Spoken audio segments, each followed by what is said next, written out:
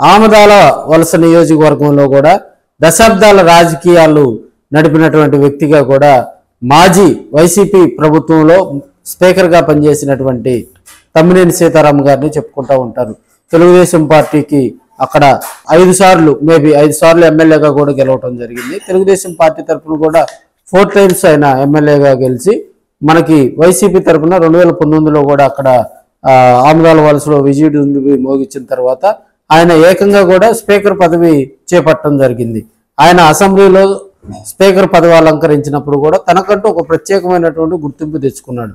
అయితే 2024లో కూడా తన మేనల్లుడు అయినటువంటి కోన రవికుమార్ మీద ఆయన ఓడిపోవడంతో కూడా ఒకసారిగా కూడా వైసీపీ పార్టీలో అతని పరిస్థితి ఎలా మారిందా అంటే ఆమదాల వలస నియోజకవర్గంలో సమన్వయకర్తగా మళ్ళీ జగన్మోహన్ రెడ్డి దగ్గర సిఫారసు తీసుకొని అక్కడే మళ్ళీ సమన్వయకర్తగా పనిచేయాలని ఆశపడ్డా కూడా ఆ ఆశల మీద జగనన్న నీళ్లు జల్లాడు.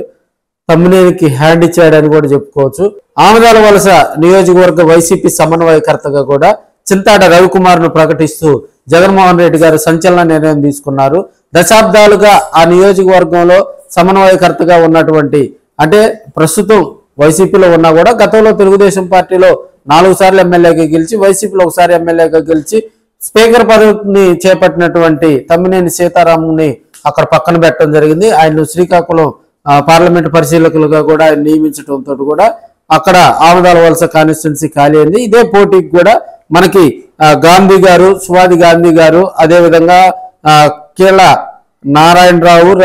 నారాయణరావుతో పాటు మరి కొంతమంది ప్రధానంగా ఈ పదవిని అలంకరించేందుకు కూడా పోటీ పడ్డట్టుగా కూడా తెలుస్తుంది. అయితే వీటన్నిటికీ చెక్కు పెడుతూ కూడా ఆమదాల కాన్స్టిట్యున్సీలో మొదటి నుంచి కూడా తమ్మినేని సీతారాం గారు వాళ్ళ అబ్బాయి నాగ్కి అక్కడ పదవి కేటాయించేలా కూడా చర్యలు తీసుకోవటం, జగన్మోహన్ రెడ్డి గారిని పర్సనల్ గా కూడా వాళ్ళిద్దరు కలవటం జరిగింది. జగన్మోహన్ రెడ్డి గారు తేల్చి చెప్పడంతో కూడా దాన్ని విరమించుకొని కూడా వాళ్ళు కొన్ని రోజులుగా కూడా నియోజకవర్గంలో సైలెంట్ అయినట్టుగా కూడా మనకు తెలుస్తుంది. ఆమదాల వలస కాన్స్టిట్యున్సీకి సంబంధించి చింతాడ రవికుమార్ ను సమన్వయకర్తగా నియమించడంతో అక్కడ ఆమదాల వలస పాలిటిక్స్ అదేవిధంగా తమ్మినేని సీతారాం కూడా చెక్కు పెట్టినట్టుగా కూడా వైసీపీలో తెలుస్తా ఉంది. అయితే ఇటీవల కాలంలో ఆయన కొంత సైలెంట్ గా ఉండటంతో జనసేన పార్టీలోకి మళ్ళీ పాత పరిచయాల దృష్ట్యా జనసేన పార్టీలో చేరతారని ప్రకారం రావటం, వెంటనే కూడా మనకి బొత్స సత్యనారాయణ గారు కూడా కలవటం, అక్కడ జరిగిన పరిణామాల దృష్ట్యా కూడా జనసేన పార్టీలోకి ఎవరైనా వెళతారా అని వ్యంగ్యంగా కూడా తమ్మినేని సీతారాం గారు వ్యాఖ్యానించడం కూడా కొంత అక్కడ అప్పట్లో సోషల్ మీడియాలో ట్రోల్ అయినట్టుగా కూడా మనకు తెలుస్తా ఉంది. ఇప్పుడున్న పరిస్థితుల్లో ఆమదాల వలసకు సంబంధించి కూడా మనకి చింతాడ రవికుమార్ యాక్టివ్ గా కూడా రాబోయే రోజులు అక్కడ ఉన్నటువంటి ఆ లీడర్షిప్ అందరినీ కలుపుకొని ముందుకు పోవాలని కూడా జగన్మోహన్ రెడ్డి గారు వారికి గట్టిగా దిశానిర్దేశం చేయడం జరిగింది.